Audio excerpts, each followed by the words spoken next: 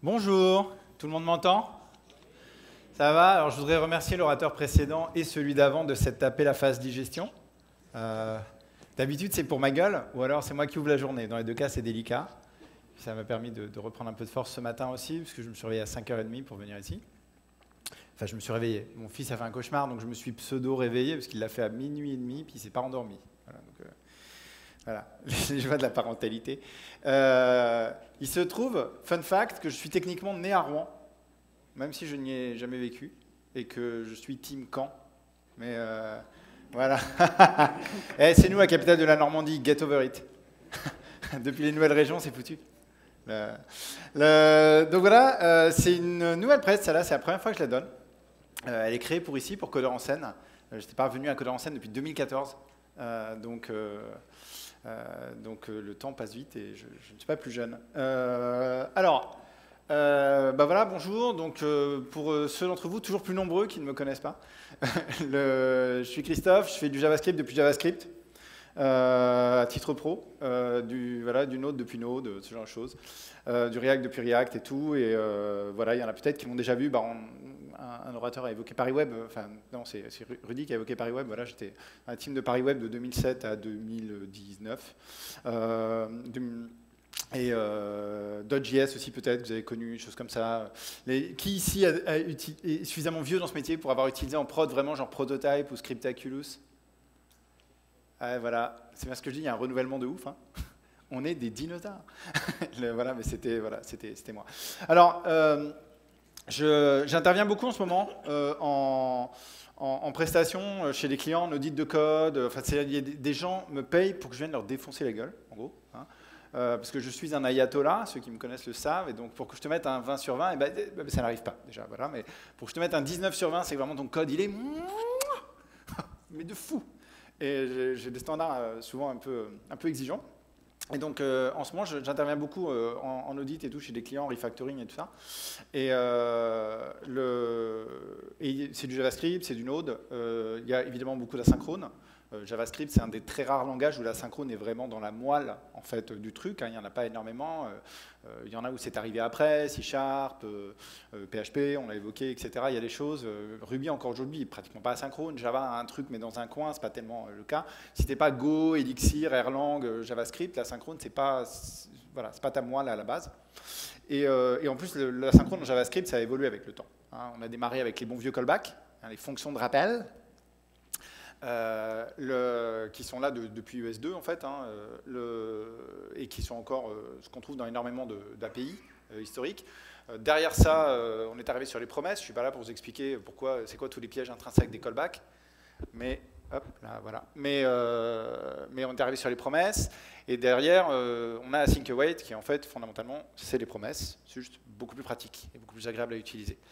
Ces trucs-là, c'est du JavaScript, et donc putain mais qu'est-ce qui se passe? Ouais, on va bien voir. Est-ce que c'est mieux? On va voir. Ces trucs-là, non, c'est pire. Ah, bon.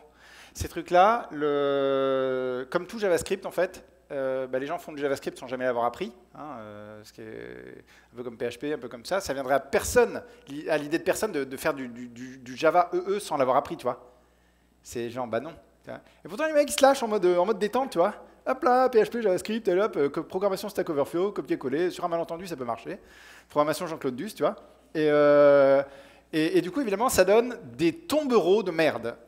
Bon courage à la Vélotypie, mais en même temps, je leur ai enregistré une petite vidéo la semaine dernière pour les vrais termes, donc j'ai gagné des miles que je suis en train de niquer. Ça donne des trucs où voilà, les gens font des promesses, mais n'importe comment, font de l'async et n'importe comment, essentiellement parce que le modèle mental n'est pas là, en fait. Et donc, je tombe toujours un peu sur les mêmes problématiques. Et je me suis dit, bah tiens, je vais venir vous en parler, vous expliquer pourquoi c'est pas bien, et essayer de remettre ça au cordeau. Et puis, si quand tu reviens dans ton code demain, lundi, etc., et tu regardes et tu fais, ah, c'est vrai que c'est pas top, et bien voilà, appelle-nous.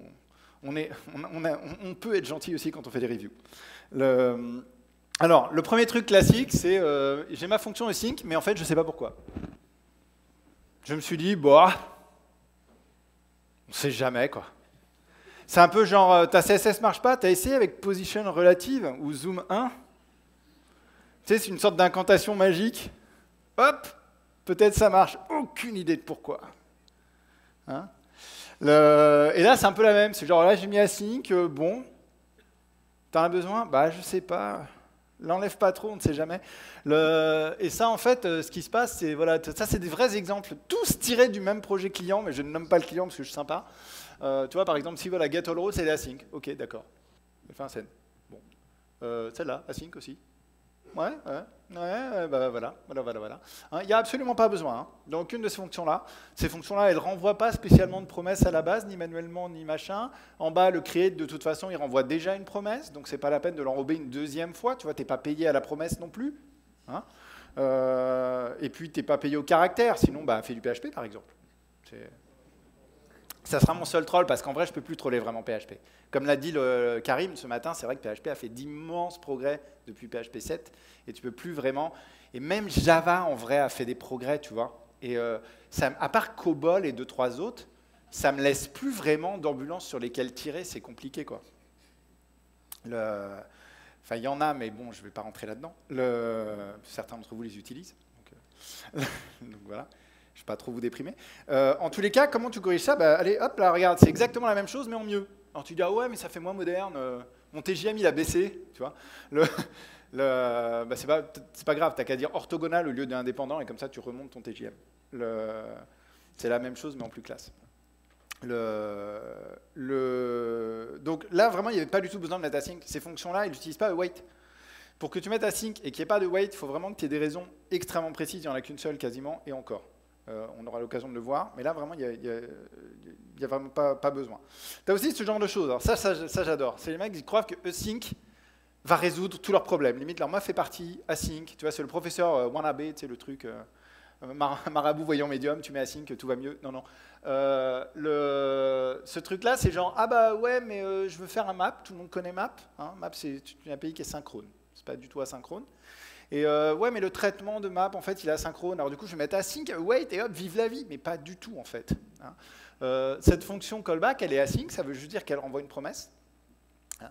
Et ok, elle le wait, mais ça n'empêche pas que cette fonction renvoie une promesse. Et donc, tu viens de faire un tableau de promesses qui, a priori, pas ce que tu voulais, parce que tu voulais les résultats, en fait, des send mail, les résultats finaux, une fois que la promesse est aboutie. Donc ça, c'est pareil, c'est une incompréhension hyper classique. Alors, au minimum, tu peux dire, bon, bah déjà, on va commencer par enlever la sync et le wait qui ne servent à rien, parce que de toute façon, c'était déjà une promesse, c'est pas la peine de la réenrober pour le plaisir, tu n'es pas payé au caractère. Mais ça reste un tableau de promesses, alors c'est pas forcément ce que tu veux. Hein. Si tu es absolument sûr déjà que sendMail se contrefout des arguments au-delà du premier, bon, bah, tu peux déjà virer ta fonction fléchée, elle ne sert à rien, hein. Elle n'a aucune valeur ajoutée par rapport à sendMail tout court. Un truc qui prend mail et qui renvoie un truc, bon, bah, c'est ce que fait déjà sendMail, donc voilà, c'est pas la peine. Mais tu peux aller plus loin, c'est-à-dire que ce truc-là de merde, bah, peut-être que ces mails-là en plus, c'est des promesses, ils vont être parallélisés, hein, et tu voudrais attendre que toutes ces promesses aboutissent et récupérer tous les résultats. A priori, c'est ça que tu veux faire à la base. Et c'est parallèle et c'est cool. Et donc, le mieux pour ça, c'est de faire un promise.all, ce qu'on appelle un combinateur. Il y en a 4. Hein, all, race, any et all settled. C'est là que je vais voir si la Vélotypie a regardé ma vidéo. Ah, je les ai challengés là. Je suis désolé, le messageur. Il y en a 4 comme ça, des combinateurs qui servent à faire différentes orchestrations de promesses parallèles, avec différentes sémantiques. Là, en l'occurrence, on attend qu'elles aient toutes abouti, sauf s'il y en a une qui plante ou quelqu'un, on court-circuite direct avec le plantage. En général, c'est ce qu'on veut. Et ça va bien nous donner un tableau des résultats dans le bon ordre de ces sendmails. Ça, c'est a priori ce qu'on veut, et en plus, c'est correctement parallélisé. Si jamais tu voulais par contre que ça soit vraiment une séquence, ça peut arriver, bon là c'est sendmail, c'est un peu difficile d'imaginer, mais ça peut arriver qu'effectivement tu aies des traitements asynchrones que tu veux que s'exécutent en séquence et pas en parallèle. Une série d'animations par exemple, dans je sais pas, un diaporama ou un truc comme ça. À ce moment-là, tu peux faire une bonne vieille boucle, et une vraie boucle, hein, un for of, qui est la seule boucle qui mérite qu'on en parle. Si tu veux encore des forts numériques, tu tues des dauphins. Il faut arrêter avec ça, on n'est plus à l'époque du PDP-11. C'est-à-dire en 1972, c'est de là que vient la syntaxe de boucle numérique dégueulasse qu'on a dans tous les langages. Bah, tu fais une pauvre boucle et tu fais des await. En fait, l'idée, c'est que tu crées les promesses seulement quand tu rentres dans le tour de la boucle. Donc forcément, comme ensuite la boucle elle suspend à cause du await, et ben, chaque promesse ne sera créée qu'une fois que la précédente est finie et tout. Et puis là, voilà, tu les séquences. Par contre, là, du coup, ce qui va court-circuiter, c'est pas le premier plantage dans le temps, forcément, c'est le premier plantage dans l'ordre de la boucle. C'est une petite différence subtile, ça dépend de quoi tu as envie. Le return await. T'as déjà vu les return await? Ça arrive? Ça sert à rien. C'est le hash de Hawaï. Ça sert absolument à rien, le return await, sauf dans un seul cas qu'on verra. Des fois, en plus, il n'est pas facile à repérer parce que le return et le wait ne sont pas techniquement l'un à côté de l'autre. Tu vois, il y a une variable intermédiaire qui, elle aussi, ne sert à rien. Tu es peut-être payé à la ligne, à défaut du caractère. Du coup, tu as trouvé des astuces. Vous avez des stats un peu pourris. Tu vois, genre combien tu as pondu de lignes aujourd'hui. Et là, par exemple, voilà, c'est des exemples. Si tu vois celui-là ou celui-là. Alors là, en plus, c'est un petit ternaire. Attention. Pourquoi le wait, il n'est pas autour du ternaire? Parce que. Voilà. Ou là, comme ça. Alors celui-là, il y a 2 await. Alors attention, subtilité, en fait, qu'est-ce qui se passe, hein? Est-ce que, du coup, return await, effectivement, là, te sert vraiment à rien, parce que à quoi ça sert que tu attendes le résultat de la promesse? Si c'est pour le renvoyer immédiatement, tu es déjà dans une async, donc toi-même, tu renvoies une promesse. Donc laisse le code appelant décider de est-ce qu'il fait le wait ou pas, c'est ses oignons. C'est pas la peine de l'enrober dans une promesse en plus. Tu peux directement renvoyer l'original. Il y a quand même un détail pour le dernier, là, tu vois. C'est-à-dire que la version clean, c'est celle-là, il y a moins de code. Moi, j'adore enlever du code. C'est tout ça que les bugs n'auront pas, tu vois. Moi, j'adore virer ça. Et par contre, en bas, tu vois, je l'ai laissé parce que le premier await, il est légitime, parce que, en fait, après ce traitement, je fais autre chose avec. Je fais un autre truc et j'ai besoin du coup des résultats pour le faire localement, etc. Donc j'avais besoin de ce await. Du coup, j'avais besoin que ma fonction soit async. Par contre, ce commit, qui a priori renvoie lui-même une promesse, c'est pas la peine de faire un await pour le renvoyer directement. Je renvoie directement la promesse. Arrêtez de mettre des promesses dans des promesses dans des promesses. On dirait du vieux Java, tu sais, genre avec des abstract singleton proxy factory bin. Tu sais, tout ça pour juste enrober 42, quoi. Donc ça, voilà. Là, pour le coup, c'est justifié. Comme beaucoup de règles, hein, comme toutes les règles en fait en informatique, il n'y a pratiquement jamais de fais tout le temps ça ou fais jamais ça. Je sais qu'en informatique, on adore avoir des opinions hyper tranchées sur des trucs où on bite que dalle. Mais le always ou never, c'est comme la vie, quoi. C'est jamais ça. Tu vois, il y a toujours un gradient, il y a toujours du ça dépend. La vraie réponse, c'est ça dépend. C'est pas pour t'énerver qu'on dit ça, c'est que on a un peu de vécu et on sait très bien que c'est un peu plus subtil. C'est comme l'histoire du meilleur langage. Tu vois, il n'y a pas de meilleur langage. Il y a des pires langages. Mais il n'y a pas de meilleur langage. Ça dépend. Des fois, PHP, c'est le meilleur langage dans ton besoin. Il y a quelques années, je n'avais pas la maturité nécessaire pour dire ça. Mais des fois c'est autre chose. Souvent, JavaScript, c'est le meilleur langage. Wow, ça, les Unleash the Trolls, c'est bon pour l'algorithme, c'est pas grave. Le contre-exemple, je vous le disais là, vraiment sur le wait, tu vois, il y a un cas comme ça où tu es juste obligé de transformer la valeur de retour, c'est-à-dire tu ne veux pas renvoyer l'intégralité de la valeur d'origine, tu ne peux pas juste faire un return du coup. Tu es obligé d'aller choper la valeur d'origine, aller la transformer ou juste extraire certains champs, et c'est ça que tu renvoies. Donc quand tu changes la forme du résultat, forcément, tu es obligé de faire le wait localement, et ensuite de renvoyer le résultat de ta transfo. Là, c'est acceptable. Tu vois, ici, là. Je prends que le token, pas tout le reste. Donc je suis une promesse pour le token. Et il y a quand même un cas légitime, je vous l'ai dit, pour return await, outre le cas de tout à l'heure qui est, ah bah oui, mais tu transformes le résultat. Si tu ne transformes pas le résultat, il y a quand même un cas légitime pour le return await, c'est si, en fait, ce await est susceptible de lever une exception que tu peux traiter ou que tu dois traiter en local. Tu as les billes suffisantes à ton niveau pour la traiter dans un try-catch. Et bon, pour que cette exception elle soit levée localement et que ton try-catch puisse s'en occuper, il faut que tu wait la promesse. Tu n'as pas le choix. Donc là, c'est le seul cas. Et d'ailleurs, la règle ESLint dans le plugin ESLint Promises, la règle ESLint qui dit non, pas de return await, elle connaît ce cas-là et elle automatiquement, si tu es dans un try-catch, elle te fout la paix. Elle est au courant de ce cas nominal. Sinon, ça ne sert à rien, c'est du gras. Return await, c'est non seulement c'est plus de code, mais c'est même très légèrement plus lent, en fait. Tu as un enrobage de promesses supplémentaires. Séquencer au lieu de paralléliser. Alors, quand on faisait des chaînes de promesses à la main, ce qui déjà est une mauvaise pratique aujourd'hui, il n'y a pas Il n'y a aucune raison, et on va y revenir, de faire des chaînes de promesses avec des then et des machins à la main. Aucune. C'est fini depuis 2017, ça fait 5 ans, bientôt 6. Réveillez-vous, nous sachons, tu sais. Mais au moins, quand tu faisais des chaînes de promesses à la main, vu que de toute façon, ton code, il n'avait pas une gueule de code bloquant, tu avais perdu les boucles, comme avec les callbacks. Hein. Tu n'avais plus les boucles, tu n'avais plus les ifs, tu n'avais plus les try-catch. Ça ne sert à rien. Bref, tu étais en doute sur des trucs de base, tu sais.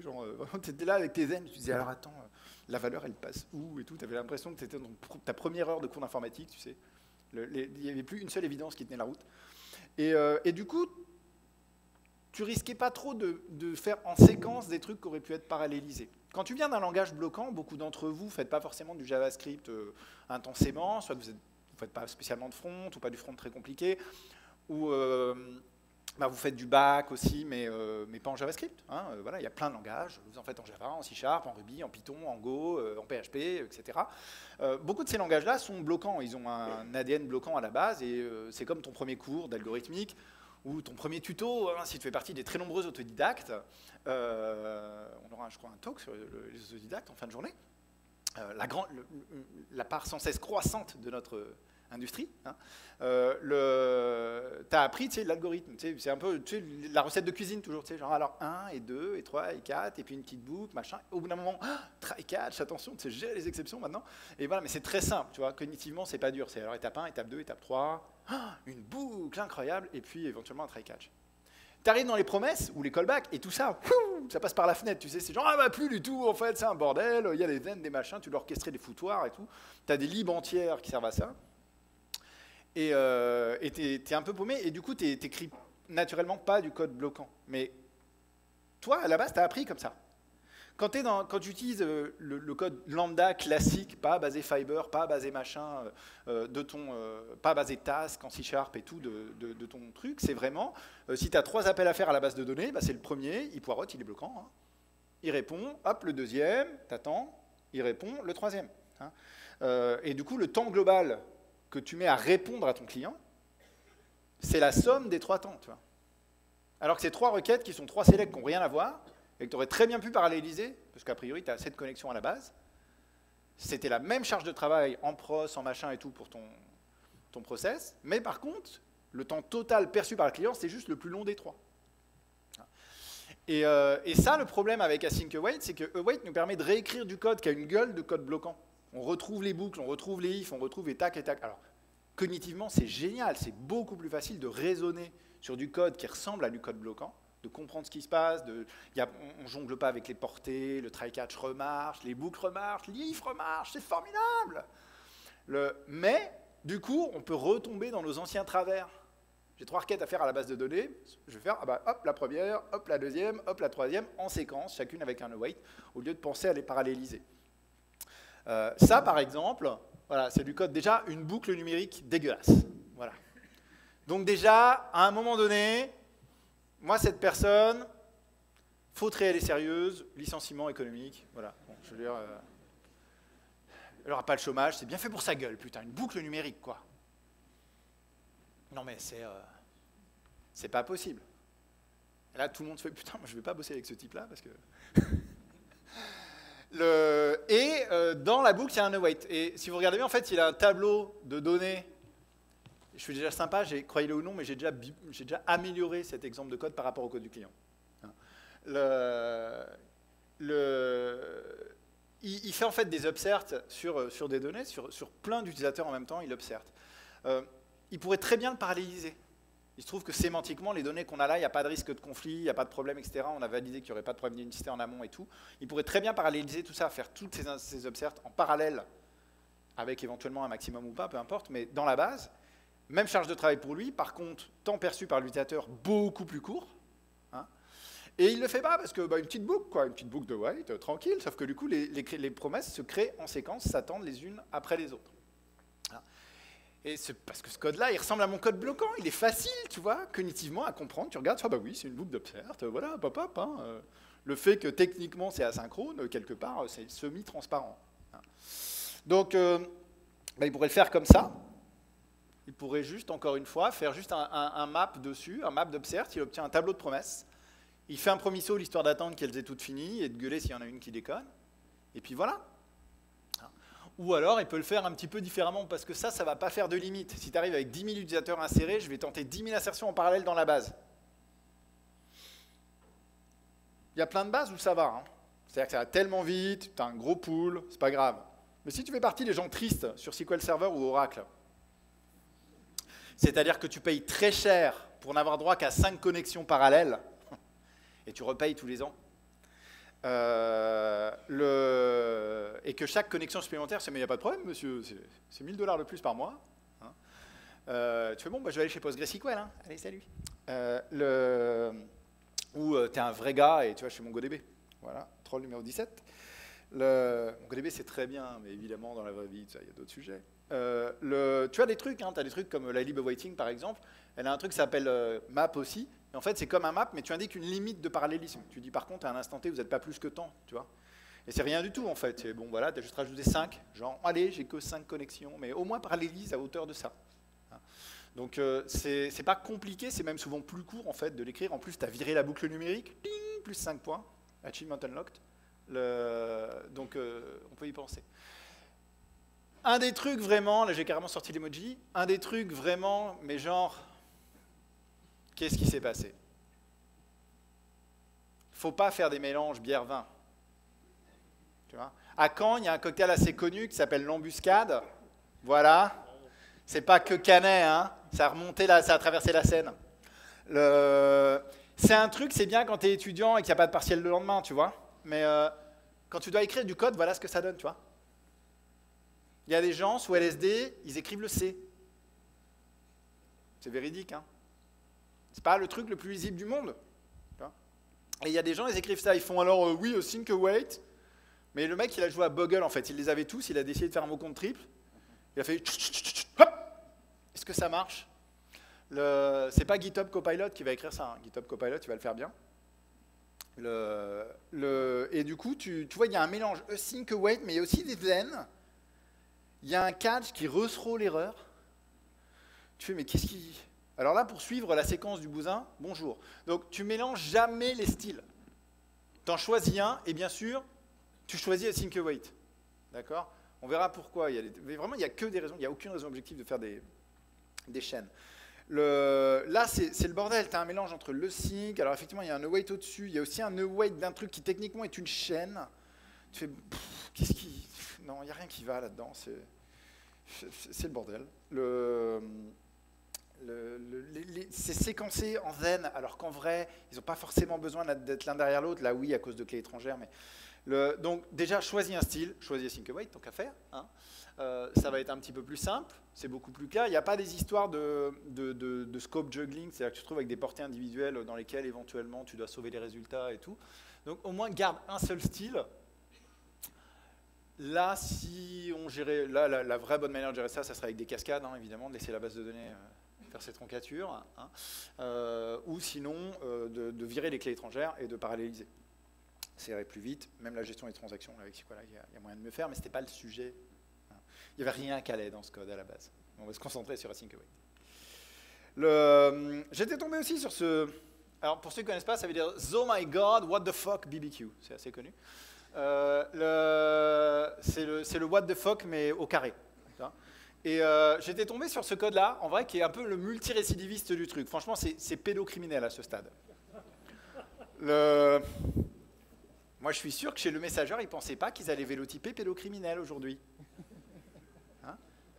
Une fois à Paris Web, alors là, attention, là, je vais les challenger. Une fois à Paris Web, j'ai dû interpréter live Bruce Lawson qui a fait un talk surprise où pendant 5 minutes, et à l'écran et à l'oral, il y avait prolapse anal. On n'était pas prêts. Voilà. Le vrai danger, c'est que tu repartes de cette session en juste te rappelant dans 10 jours qu'à un moment, j'ai dit pédocriminel, mais le reste, par contre, tu ne te souviens pas du... Donc, toujours est-il que ce code-là, regarde, il n'y a rien qui va. C'est-à-dire qu'à la fois, elle est async, alors qu'elle ne le wait pas. Elle fait du zen. Elle fait du zen sur un truc qui est async pour rien, puisqu'il n'y a pas de wait à l'intérieur, etc. Enfin, ce n'est pas plusieurs personnes qui ont écrit ce code. C'est une seule personne, pas nécessairement plusieurs dans sa tête d'ailleurs, hein, Je veux dire, dans une même session, le même jour, dans la même heure, il a écrit ça. Par contre, est-ce que cette personne, elle a compris les promesses ou async await? A priori, non. Hein, c'est un safe bet de dire que non. Donc là, il n'y a rien qui va là-dedans, mais qu'est-ce que c'est que ce truc? Il y a plusieurs phases en fait de nettoyage, mais fondamentalement, ça devrait être ça. C'est-à-dire que ça, ok, elle est async, elle devrait attendre tranquillement le résultat de son destroy user, elle va donc récupérer l'user, elle fait son reste, et puis voilà. Hein, ça sert à quoi de mélanger les styles? Ça invoque un balrog. Utiliser les chaînes de promesses manuelles, c'est un peu le même truc. C'est dire, oui, mais alors moi, je ne fais pas async, je fais des then, mais au moins, je ne mélange pas avec async await. C'est mieux, mais c'est comme les notes du commissaire Bialès, c'est bien, mais pas top. Pour ceux qui ont la référence. Achetez de la peur. Cultivez-vous un peu. C'est de plus en plus vieux. Ceci dit, j'ai 45 ans, ça vous explique aussi pourquoi mes références datent. Voilà. Là-dedans, tu vois, tu as une chaîne de promesses à la main, et il y a plusieurs trucs chelous là-dedans. Hein. Primo, il y a un risque de double mode d'erreur. Le problème avec les chaînes de promesses à la main, c'est-à-dire à la main, tu fais des then, machin, etc., bidule, des catch et tout ça, c'est que potentiellement, donc ta fonction, elle va envoyer une promesse. La personne qui va utiliser ta fonction, elle s'attend à ce que ça soit toujours une promesse, c'est-à-dire que ça marche. La promesse s'accomplit, il y a quelque merde que ce soit dans ta fonction, c'est la promesse qui rejette, d'accord? Sauf que si avant de commencer ta chaîne de promesses, avant d'être protégé par la chaîne de promesses, tu merdes plus haut dans le code. Dans le code qui set up la promesse d'origine, ou dans le code avant, cette erreur-là, elle va péter de manière classique, synchrone. Hein, tu ne vas pas envoyer une promesse dans ces cas-là, tu vas lever une exception. C'est-à-dire que tu as deux modes d'erreur. Tu as un mode où tu lèves une exception synchrone et un mode où tu envoies une promesse qui rejette. Ça, pour le code à plan, c'est comme si tu lui crachais à la gueule. D'accord? Ta fonction, elle fait des erreurs, des fois en synchrone, des fois en asynchrone. C'est d'ailleurs le même problème que de réussir, de renvoyer un résultat, des fois en synchrone, des fois en asynchrone. Ça porte un nom, ça s'appelle relâcher Zalgo dans la nature. Zalgo, c'est une sorte de Cthulhu en pire. D'accord? C'est une sorte de grand ancien démoniaque. Et si tu ne fais jamais ça, ta fonction, elle est soit 100% promesse ou asynchrone, 100% synchrone, mais pas des fois l'un, des fois l'autre. C'est l'enfer pour le code qui t'utilise. Et la personne qui utilise ton code, c'est toi dans un mois, qui ne te souvient plus du tout de pourquoi. Parce que tu n'as ni documenté ni testé, parce qu'on s'en fout. Tu vois? Hein? Tester, c'est douter, toutes ces choses. Je sais que Thomas est dans le coin. Il nous avait fait une affiche magnifique, hein, comme une strip sur tester, c'est douter.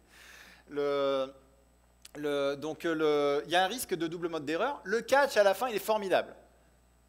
Je vois ça tout le temps. Les mecs, ils catchent pour rethrow derrière. Je fais, mais... C'est genre, tu sais, le contrôle au faciès, un peu genre, excusez-moi, non, c'est bon en fait. Ça sert à rien, tu es déjà dans une chaîne de promesses, tu vas relancer la promesse, enfin, ta promesse elle rejette déjà à la base, tu ne rajoutes rien devant. En plus, c'est déjà une erreur a priori, c'est déjà vraiment une erreur, il la réenrobe dans une autre erreur, histoire de niquer la call stack. C'est la pile d'appel, donc il n'y a rien qui va là-dedans. Et ça, c'est plus dur à orchestrer que des structures de contrôle. Tu vois, j'ai pas des ifs, j'ai pas des machins. Qu'est-ce qui se passe? Et c'est ce qu'on va parler. Voilà. Ça, c'est moche. Ça c'est moche. Voilà. Et ça, c'est moche. Qu'est-ce qui se passe quand tu as une chaîne de promesses à la main et que tu dois stocker au fur et à mesure les résultats pour tous les utiliser à la fin? Ça arrive tout le temps. Tu as plusieurs appels à faire à la base de données, peut-être en séquence, parce que pour faire le deuxième, tu as besoin d'un résultat du premier, hein, ce qu'on appelle une cascade, un waterfall. Tu dis, tiens, je vais choper je sais pas moi, l'article de blog le plus récent, là-dessus, je vais aller choper son auteur, et puis après, je vais aller choper les commentaires, etc. Le problème, c'est que si tu fais une chaîne de promesses à la main, les résultats, tu les as que dans les fonctions de rappel. Ils sont dans leur propre fonction. Tu ne les vois pas dans la portée parent, tu ne les vois pas dans les fonctions d'après. Qu'est-ce que tu es obligé de faire? Des trucs dégueulasses comme ça, ce qu'on appelle du scope juggling. Tu es obligé de dire, bon, bah, déjà, tu as écrit un let. Questionne tes choix de vie. D'accord? Dans du code ECMAScript post 2015, il y a un mot-clé qu'il ne faut jamais faire, sinon la Terre s'effondre, c'est var. D'accord? Il n'y a absolument aucune raison d'utiliser var en ES 2015. C'est comme let en pire. Et let devrait être utilisé seulement si par A plus B, tu peux me prouver que tu ne pouvais pas l'affecter au départ et que tu vas le réaffecter plus tard. En gros, il y a l'initialisation asynchrone qui est le seul cas légitime pour un let. Tout le reste devrait être du const. Fight me. J'ai écrit 3 articles dessus et des vidéos. Donc là, tu es obligé de le sauver. Pourquoi? Parce que pour l'instant, il n'y a que toi qui le vois U. Le zen d'après, il ne le verra pas. Ce n'est pas la même fonction. Hein. Donc tu es obligé de le sauver au-dessus, là. Hop là, tu es obligé de... C'est de la contrebande, en fait. Hein. Tu glisses, tu échappes la référence dans une portée conteneur, un peu genre... c'est du bootleg. Même chose l'étape d'après, tiens, hop là. Hein. Et tout à la fin, ah, dis donc, ce code-là, vraiment, il est extrêmement lisible. C'est vrai que tu étais en train d'essayer de faire un truc compliqué, hein. Tu ne devrais pas avoir à faire ça. Même quand tu es à l'aise avec les promesses, tu arrives sur ce code-là et tu as un doute. Tu regardes et tu fais, alors attends, est-ce que ça fait ce que je crois que ça fait? Limite, tu appelles un pote, tu sais. Alors que bah, si tu es en async await, ce code-là, déjà, bah, tu peux le simplifier assez considérablement. Attends, c'était pas mon code d'avant. Oui, mais en async await, alors je m'aperçois que j'ai pas mis le slide de ça en async await, mais c'est juste littéralement 3 await dans la même portée, l'un derrière l'autre. C'est genre const user égale await de find by pk, puis derrière const post égale await de user post machin, et puis derrière const comments égale await de post.comments, et voilà. Tout ça dans la même portée, tout ça dans le même truc, un try catch autour éventuellement si tu veux gérer les erreurs localement. C'est juste 3 variables locales, les unes derrière les autres, tranquillement, hop, et tu finis. Il n'y a aucune ambiguïté. Si on enlève le await, on dirait du code bloquant. Cognitivement, tu ne te poses aucune question sur... Tu n'as pas obligé de jongler avec les portées ou quoi que ce soit. Et en plus, tu sais quoi? Async await, ça c'est un peu contre-intuitif. Tu as l'impression que c'est une abstraction par-dessus les promesses. En général, quand on rajoute une couche d'abstraction autour des choses, on perd en perf. Sauf que, pour des raisons techniques que je ne vais pas vous mettre car je suis un gros teaser, mais venez me trouver et je vous expliquerai pourquoi, async await est en réalité plus performant que ta chaîne de promesses à la main. C'est vraiment, tu as le beurre, l'argent du beurre, le 0,6 de la crémière, tout. Je veux dire, c'est vraiment, ça va plus vite, c'est plus concis, tu es protégé quoi qu'il arrive, tu enrobes en promesse quoi qu'il arrive, il n'y a pas d'histoire de des fois ton erreur elle est synchrone ou quoi, rien. C'est tout parfait. Donc tu devrais vraiment être sur async await en permanence. Et ça marche partout. Partout, de chez partout, en natif. Tu vas me dire, oui, mais IE. Internet ne marche pas sur IE, déjà pour commencer. Mais surtout, IE est mort et enterré, et même s'il ne l'est pas, bah, via Babel et tout, et via un truc extraordinaire qui s'appelle Regenerator, même async await se transpile au prix de 67 mégas de JavaScript, évidemment, comme tout le reste, sur IE. Donc il n'y a vraiment aucune raison de ne pas l'utiliser. Il est natif et ultra performant chez tout le monde depuis longtemps. Donc, utiliser async await. Hein, là, j'avais voilà, le code le code de tout à l'heure, en fait, d'ailleurs. J'avais un code... où est-ce qu'il est? Je m'aperçois que... Est-ce que j'aurais pas zappé une slide en préparant mon truc? Non, ça a l'air... Ah, mais c'est par rapport à un slide que j'avais avant, en fait. Dans le mec hyper clair qui a sauté des slides pour vous faire la démo. Voilà, lui, là. Cette bouse-là, j'aurais quand même pu la remettre. Cette bouse-là, en fait, c'est juste ça. Quand même mieux. Hein, tu es là, tu fais ton truc. J'ai oublié un A dans Eager Loading, toutes mes confuses. Et le truc de tout à l'heure, bah voilà, ça y est, je me disais bien quand même, j'ai la version. Le truc de tout à l'heure, là, juste le slide d'avant, voilà, c'est ça, un async await.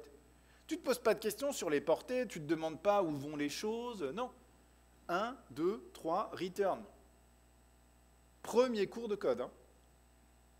Si tu as eu de la chance, tu as fait ce cours de code dans un BTS dans un lycée, ou un IUT, et genre ils t'ont fait faire sur papier, en C++. Tu sais? Dans Notepad, sinon. Dans Notepad. J'ai connu des gens qui te faisaient faire du Java dans Notepad. C'est la torture chinoise de la goutte d'eau ou pas? Partiel de code sur papier. Ça vend du rêve, ça. Ça existe encore. Hein. Ça existe encore. Et là, tu as tous les autodidactes qui disent oh, bah, putain, je suis bien content de... tu sais? Ah bah oui. Qui a fait des partiels de code sur papier? Ah putain! Mais Rouen, c'est pire qu'ailleurs, en fait. COBOL sur papier, ça c'est vraiment dégueulasse parce que COBOL, tu commences par écrire 800 lignes de prologue déjà. Pas prologue le langage, hein, de prologue au sens classique. COBOL, c'est un peu dégueulasse. C'est tout en majuscule. En plus, tu as l'impression de... En même temps, tu te venges, tu as l'impression de hurler sur le correcteur. C'est ça qui est bien. À COBOL, c'est chaud. C'est le tout premier langage de programmation, quand même. Le tout premier. Respect, quand même. C'est à lui qu'on doit le mot bug. C'est Grace Hopper qui a inventé les deux. C'est la classe, quoi. Et en ce moment, ils se font des couilles en or. Hein. On rigole sur les cobolistes, mais en ce moment, les mecs, ils peuvent arriver avec des TJM à 4K, pas de problème, quoi. Tu dis, bon, on va pleurer dans nos bières pendant ce temps-là. Hein. Voilà. Tout ça parce que les banques n'ont pas les couilles de réécrire la chambre de compensation. Franchement, c'est abusé. Il n'y a pas que les banques. Il y a certains types de grosses sociétés, dont l'une est un sponsor gold ici, qui ont aussi dans leur core systems ce genre de truc auquel personne veut toucher, tu sais. Personne ose. Mais ils font aussi du React. Je les ai eu d'ailleurs en formation la semaine dernière. Donc, tu vois, ou il y a 2 semaines, je sais plus. Donc, comme quoi. Enrobage manuel ou superflu. Tu as des gens qui ont dit, ah ouais, mais moi, je voudrais pas que les promesses, ça soit trop implicite. Alors, à la main, je vais enrober mes trucs avec des promises. J'ai découvert qu'il y avait des factories, promise resolve, promise reject, hop, regarde un peu le beau gosse. Ouais. Ça sert à rien, là. Tu es déjà dans une fonction async, choisis ton camp. Implicite ou explicite? Si tu es dans une fonction async, elle renvoie une promesse, quoi qu'il arrive. Si tu throw, tu renvoies la promesse rejetée. Pourquoi tu renvoies la promesse à la main? C'est un peu bizarre. Ah, en vrai, ça dépend. Ça dépend, ça dépasse. C'est-à-dire que tu peux le faire comme ça. C'est pareil, puis ça ressemble plus à ton code bloquant. Tu peux faire un try catch du coup autour, toi, voilà, s'il y a besoin. Ça veut dire le mec qui se trouve pour le catcher juste derrière, ah, des fois ça arrive. Tu veux court-circuiter un gros truc, ça arrive. Tout le monde n'a pas la chance de faire du Ruby. Donc on a des mots-clés spéciaux pour le court-circuit qui ne sont pas les exceptions. Notamment throw, qui n'a rien à voir avec les exceptions en Ruby, histoire de créer la surprise. Dans Ruby, c'est raise. Et throw, c'est spécialement des trucs comme ça. Donc des fois, ça arrive. Contre-exemple quand même d'un enrobage manuel intentionnel. Les gens vont peut-être reconnaître ce genre de choses. Oh, on dirait du Axios. Hein, ouais. C'est pas la partie la plus glorieuse de Axios. Hein. Non, les interceptors, c'est un peu genre, putain, on est dans Java E ou quoi là? Hein, mais tu vois qu'en fait, là, on a un truc où effectivement, on a des fonctions. Et ces fonctions sont censées renvoyer des promesses, mais il se trouve que voilà, le code qui est dedans, il n'y a pas des await, il n'y a pas des machins, il se trouve juste qu'elles sont censées renvoyer des promesses. Et donc là, en fait, c'est légitime. Ici, faire un promise resolve à la main, c'est quand même plus explicite, plus lisible immédiatement sur qu'est-ce que tu renvoies, que de déclarer la fonction async alors que tu return un objet nu et dire ouais, mais du coup, c'est grâce à l'async que c'est auto-enrobé. Elle est async, il n'y a pas de wait, tu vois un return avec un truc, tu te poses une question, tu fais il a fait exprès ou il a oublié un truc? Tu sais, tu te dis, elle est censée envoyer une promesse? Ou en fait pas, et il n'a pas été au bout du, tu sais, où il a chié sa fusion Git, qu'est-ce qui se passe? Là au moins c'est explicite. Si tu as écrit promise resolve, c'est pas par erreur, c'est pas le chat qui est passé sur le clavier, et coup de bol ça a écrit promise resolve, tu vois, donc c'est a priori... Ceci dit, il y a des chats, franchement je m'interroge. Les chats c'est fourbe. Et là pareil, en dessous, écrire le promise reject par rapport à ce que j'ai fait tout à l'heure. Écrire le promise reject, vu que par ailleurs tu n'as aucune raison d'être async. Écrire le promise reject plutôt que de faire un throw et un async pour obtenir le même résultat, c'est un peu plus performant. Tu vois, la mécanique de throw, elle est lourde. En JavaScript, comme dans tous les langages, hein, la mécanique de gestion des exceptions, elle a un coût. Donc, si c'est au contraire pour juste avoir le bon type en sortie ou autre, là, c'est un peu plus pertinent. Hop. En résumé, putain, t'as vu? Pas mal.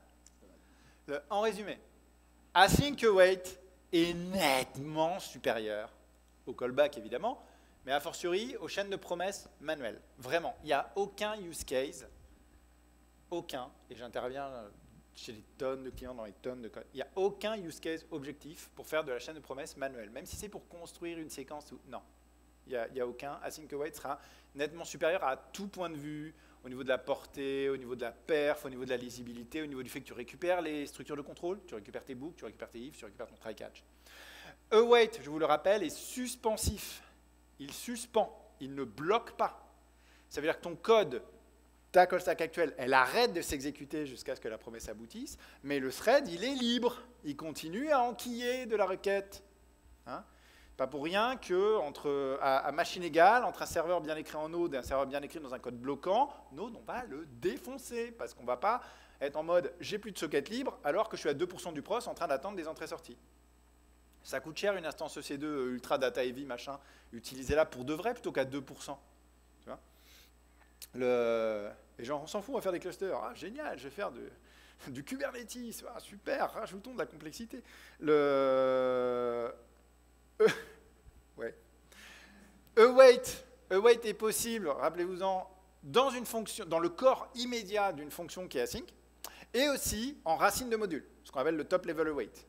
On peut avoir des modules, si c'est des ESM, des modules avec MassScript, qui font de l'await directement, c'est-à-dire leur initialisation même est asynchrone et suspensive, c'est complètement transparent pour les codes qui les importent, et c'est super cool. Vous avez aussi le droit d'utiliser await en direct dans ce qu'on appelle les REPL, R-E-P-L, la vélotipie, c'est-à-dire ta console de navigateur ou ta console Node ou machin, tu as le droit de faire await directement là-dedans, c'est pratique quand tu joues avec Fetch ou ce genre de choses. Toute fonction, absolument toute fonction peut être async. Les fonctions génératives, les fonctions fléchées, les fonctions function, les méthodes concises, tout ça peut être async. Il n'y a pas de limite sur quel type de fonction peut être async.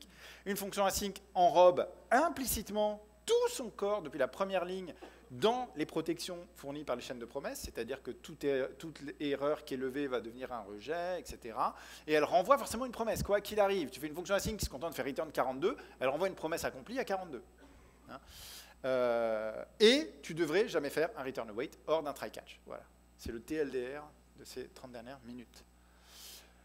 Venez nous voir, je ne vous en ai pas parlé au départ, j'ai une boîte qui s'appelle Delicious Insights, ça fait 12 ans qu'on est là, on est à la base un organisme de formation spécialisé dans des sujets qu'on pratique en production tout le temps, notamment React, Node, Git, honnêtement je pense qu'on a la meilleure formation Git au monde, JavaScript pur, y compris US 2023, tu vois. Des choses comme ça, allez regarder. On a des formations qui déchirent. Il y a des gens ici, un certain nombre qui les ont déjà suivis. Ils peuvent témoigner. On est aussi capable, aujourd'hui, on est un pool de services. On peut venir aller regarder ton archi ou regarder ta codebase ou carrément faire tes preuves de concept pour toi, plus vite et mieux, et pas jetables. Puisque toi, tu les codes en jetable, sauf qu'après, en fait, vous n'allez pas les jeter. Vous allez les utiliser pour de vrai, comme point de démarrage. Sauf qu'elles sont codées à l'arrache dans la Creuse, la Silicon Valley française. Tout est fait là-bas. Et à côté de ça, on a une chaîne YouTube et des terrassiers d'articles qui exportent tout ça en détail et une chaîne YouTube qui fait la même chose en vidéo.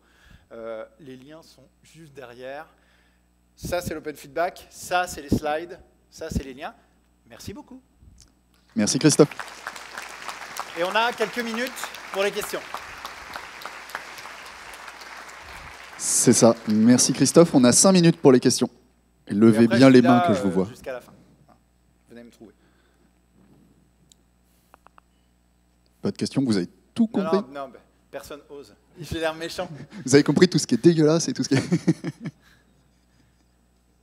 C'est OK, hein, ça arrive qu'il n'y ait pas de questions pour des raisons légitimes. Il n'y a pas de guide blame là. Hein. C'est plus dur de poser une question sur du code pur. Mon sauveur. C'est tristoun qu'il n'y en a pas quand même. Qu'est-ce que l'univers? Eh bien... Ouais, petite question du coup, juste sur le async pour rien. Ouais. Sachant que je vais faire des calls API, c'était des réponses express d'après ce que j'ai vu. Ouais. Techniquement derrière, ça va être une promise. Une promise. Une promise. Ah, tu fais un typo nazi en plus. Promise. Du coup, est-ce que ça vaudrait pas le coup pour de la consistance d'avoir tout le temps un async plutôt que d'oublier un moment et que ça pète et... Non. Bon. Okay. Non, non. Parce que, encore une fois, tu vas créer de l'enrobage pour rien. Ça a un coût, tu vois, d'enrober le truc à travers la mécanique des promesses alors que tu n'en as pas besoin. Encore une fois, tu fais de l'async si tu as de l'await. Grosso merdo, hein. Il y a de cas à la marge, mais en gros, tu fais de l'async si tu as de l'await. Si tu n'as pas de wait, il n'y a pas de raison. Maintenant, en vrai, dans un gestionnaire de requêtes, par exemple, Express ou n'importe quoi, sauf si c'est le health check qui dit oui, l'API est up, sinon, effectivement, elle va aller taper dans un ODM ou n'importe quoi, elle va faire un await pour récupérer le résultat, parce que c'est ça qu'elle va renvoyer derrière. Forcément, elle sera async, du coup. Mais il ne faut pas la mettre en async s'il n'y a pas besoin, en fait, s'il n'y a pas de wait sur de la promesse à l'intérieur. Ça n'a pas de valeur ajoutée. Les gestionnaires d'erreurs, quand ils sont bien calés pour ton framework, soit Express, soit Fastify ou n'importe quoi, géreront aussi bien les erreurs traditionnelles que les rejets de tes async, mais ils n'ont pas besoin que ce soit async pour gérer l'erreur. Et par contre, le fait de la déclarer async alors qu'il n'y a pas de wait, tu vas rajouter un pouillème d'enrobage, de perte de performance pour rien sur ce gestionnaire. Alors sur du serveur, en général, on fait attention. Sur du front, tu fais j'ai perdu 1 milliseconde, on s'en fout, en dessous de 100 millis, c'est instantané pour l'utilisateur et tout, mais sur du back... Mais surtout, c'est une question de lisibilité. Moi, si j'arrive et que je vois que ta fonction est async, pour moi, il y a une raison. Et si je vois rien dedans qui le justifie, je m'interroge, je me dis est-ce que c'est un oubli, est-ce qu'il y a un truc que je n'ai pas capté, etc. Tu instilles le doute. Ça répond à ta question? Une autre question? Tous fait fuir, t'as vu? Il y en a une au fond. Ouais, j'arrive.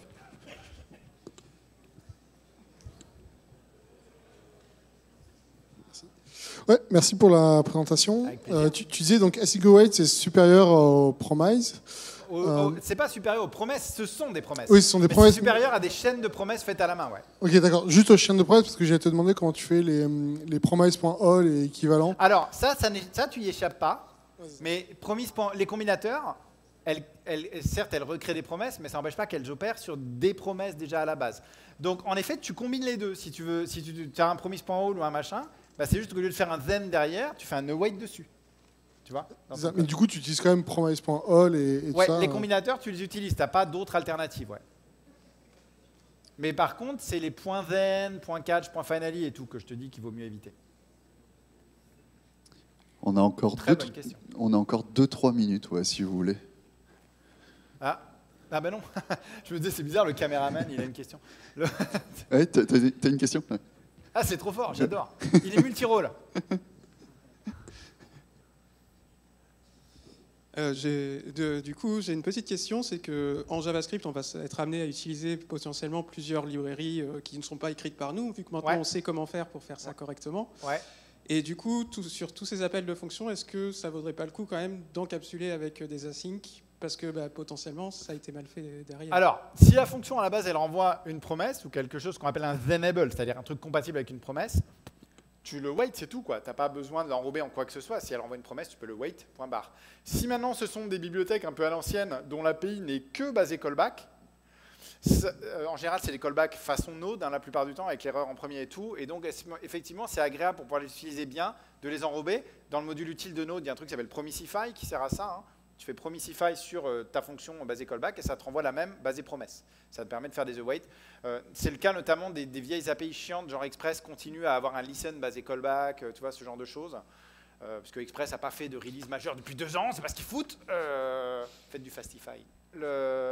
Mais effectivement, quand tu as une API basée callback et que tu es dans un contexte à base de promesses, ouais, tu l'enrobes une première fois au-dessus, une seule fois, tu vois, en statique, et tu utilises la version promissifiée, ouais.